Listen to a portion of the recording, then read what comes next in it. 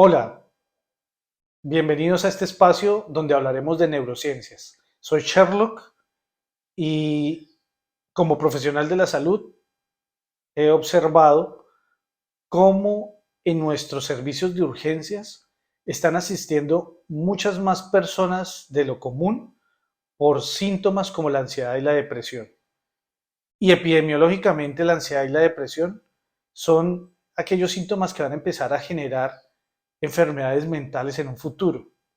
Y esta epidemia puede ser mucho más grave que la pandemia que vivimos por el COVID-19.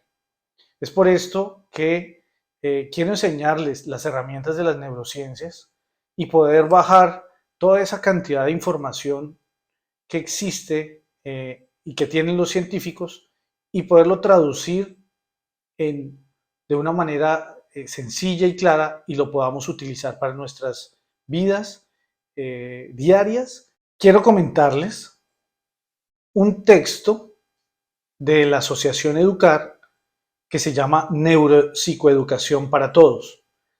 Allí se mencionan las tres categorías de clasificación del ser humano, que es el punto de base donde podemos partir para entender qué es lo que puede estar sucediendo actualmente. La primera categoría son aquellas personas que tienen mucho dinero. Estas personas que tienen tantos recursos y tantos medios económicos, consideran, a veces creen que tienen mucho tiempo y no saben qué hacer con ese tiempo y no saben aprovecharlo. Lo que los lleva a creer en ciertos momentos que están desperdiciando las actividades que realizan y generan ansiedad y depresión. Son personas que tienen posiblemente mayor facilidad de consumir sustancias psicoactivas, de consumir alcohol, de caer en vicios, en el juego. Y eso puede afectar su vida diaria y al final del tiempo, al final de sus años, ya como adultos, se dan cuenta de que han perdido un tiempo valioso en su vida y quieren recuperarlo. El segundo grupo es el grupo de personas que por lo contrario no tienen el acceso económico suficiente, que tienen una vida difícil, que no tienen el acceso a la educación. Estas personas consideran en ciertos momentos que no son buenos para aportar a la sociedad, entran en una ansiedad, en una depresión social y personal y hasta pueden llegar a ser delincuentes o pueden llegar a hacer daño a otras personas.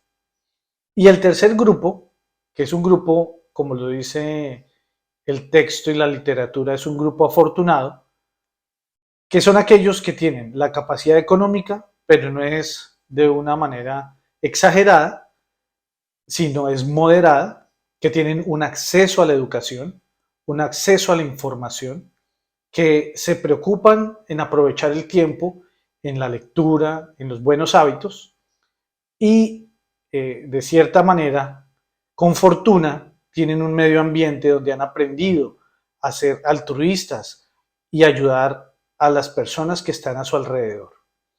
Este grupo, que es un grupo grande, a veces se confunde y salta de categoría en categoría, que es lo que no debe pasar y debemos evitar. Entonces, ¿qué podemos hacer en este momento para poder solucionar estas situaciones? Como lo dicen en el mundo, o como lo dicen las personas del común, todo es tan sencillo, pero es tan sencillo que lo tenemos cerca y no lo vemos. ¿Por qué digo estas palabras? Porque las cosas que tenemos alrededor nos pueden ayudar, pero no nos damos cuenta, y todo está en nuestra mente. Toda la solución de estos problemas las tenemos aquí, en nuestra mente. Es por esto que rápidamente quiero enseñarles acerca de cómo está compuesto cognitivamente el cerebro. Hay dos formas de clasificarlo.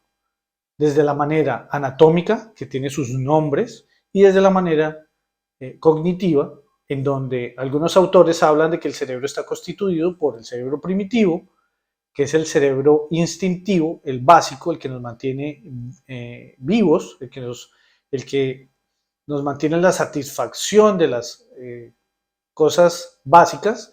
El siguiente cerebro, que es un cerebro emocional, es donde hay donde esas emociones como la ira, la alegría, la envidia, etcétera, etcétera, ahí se condensan.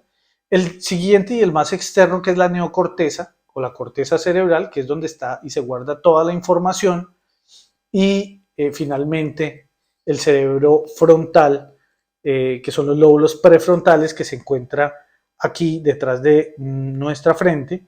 Son dos lóbulos, que son los lóbulos prefrontales, y es ahí donde toda la información se une, se asocia, y ahí es donde tomamos decisiones con la razón, decisiones humanas razonables. La información que llega hacia nosotros llega por la percepción, por nuestros ojos, por nuestros oídos, por nuestra nariz, a una velocidad que es traducida por nuestro sistema nervioso y llega hasta el cerebro primitivo.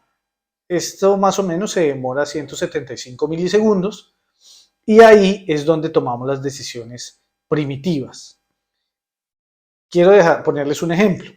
Vamos conduciendo nuestro carro, nos estrellamos y al estrellarnos vemos que hay dos seres humanos en medio de un conflicto.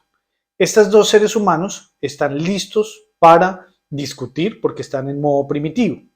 El modo primitivo funciona bajo la supervivencia, y vamos a poner el ejemplo común, que es el ejemplo del reptil o del animal, que es un animal básico que quiere sobrevivir. Entonces, el primero es que él protege su ambiente, en este caso, en este ejemplo es el vehículo, pero es como el reptil que se encuentra ya quieto, estático en su lago, ahorrando energía. Esa es una de las primeras características del cerebro primitivo. El segundo es la reproducción, desea reproducirse, que eso es biológico. El tercero es el descanso, que es el lugar, es ese momento en donde las neuronas se repolarizan y el cuerpo se recupera. Y finalmente tenemos el de la cueva, el del descanso, el lago, para nosotros en este tiempo en nuestra casa, nuestro apartamento, que es el momento o el lugar donde nosotros descansamos, donde nos reproducimos, donde comemos. Entonces, el cerebro básico, primitivo, instintivo, trabaja mediante esos conceptos básicos.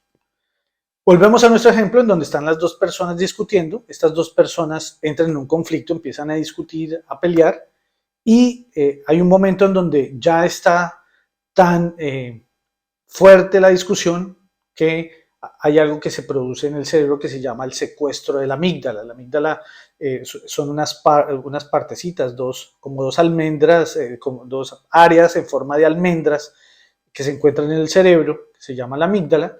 Se llama el secuestro de la amígdala. ¿Qué significa esto? Que no nos damos cuenta qué estamos haciendo y actuamos de manera primitiva.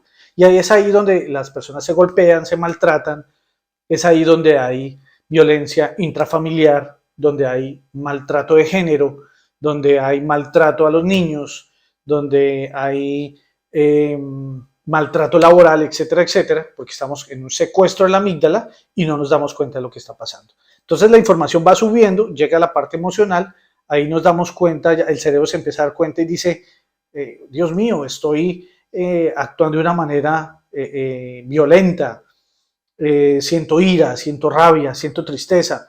Continúa la información, llega a la neocorteza, ahí está toda la información de todo lo que hemos aprendido, bueno y malo. Entonces empieza a haber una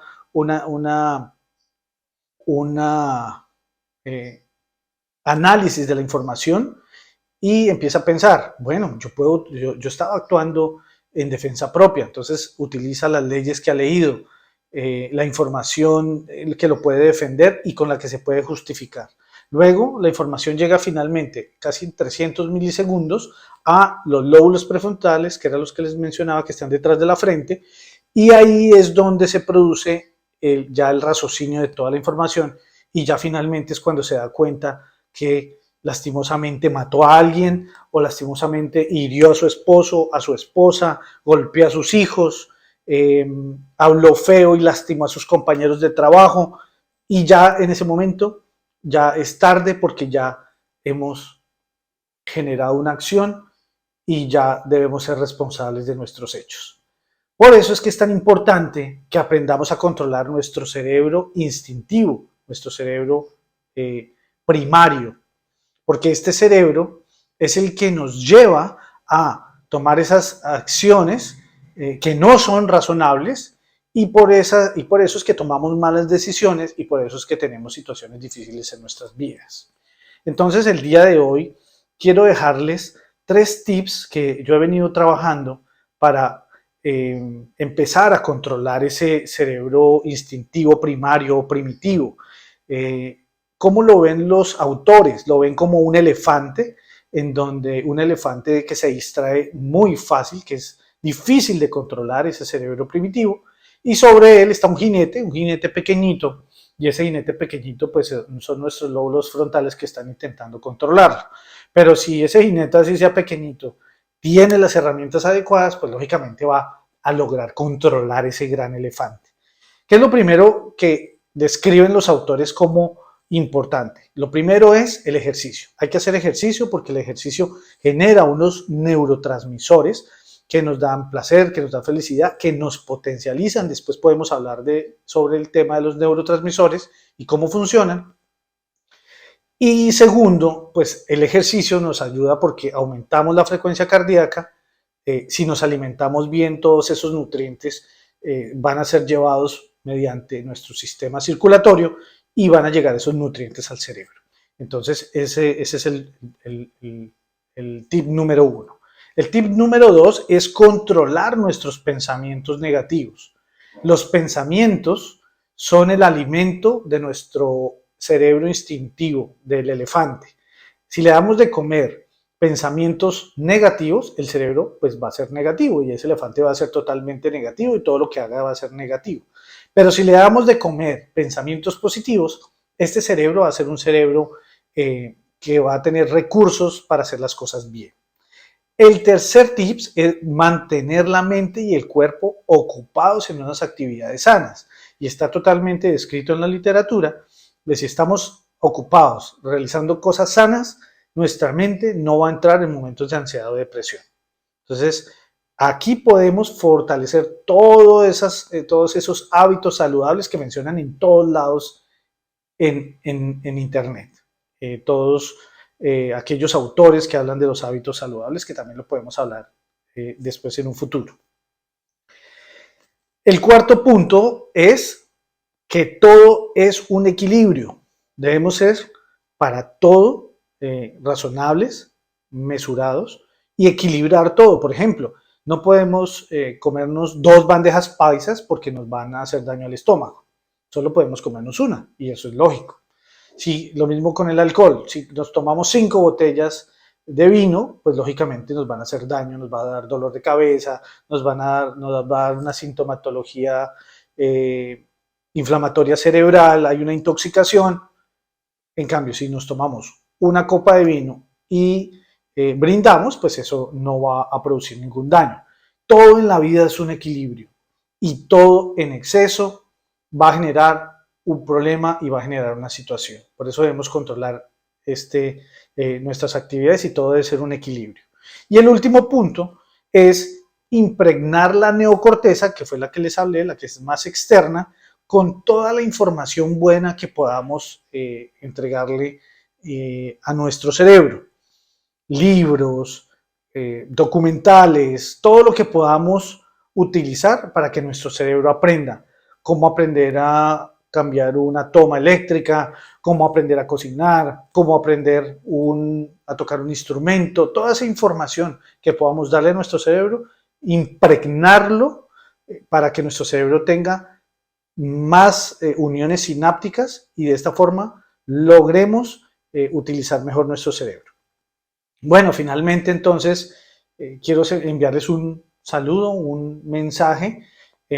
Por favor, amen a sus esposas, amen a sus esposos, amen a sus hijos. El amor es indispensable para que el cerebro funcione bien y no es difícil, es también un estado. Podemos estar en ese estado de amor, en ese estado de agradecimiento por todas las cosas que tenemos. Unos tienen más, otros tienen menos. Lo importante es agradecer y aprovechar lo que tenemos. Esto es lo más importante para que nuestro cerebro siempre esté activo, siempre esté feliz.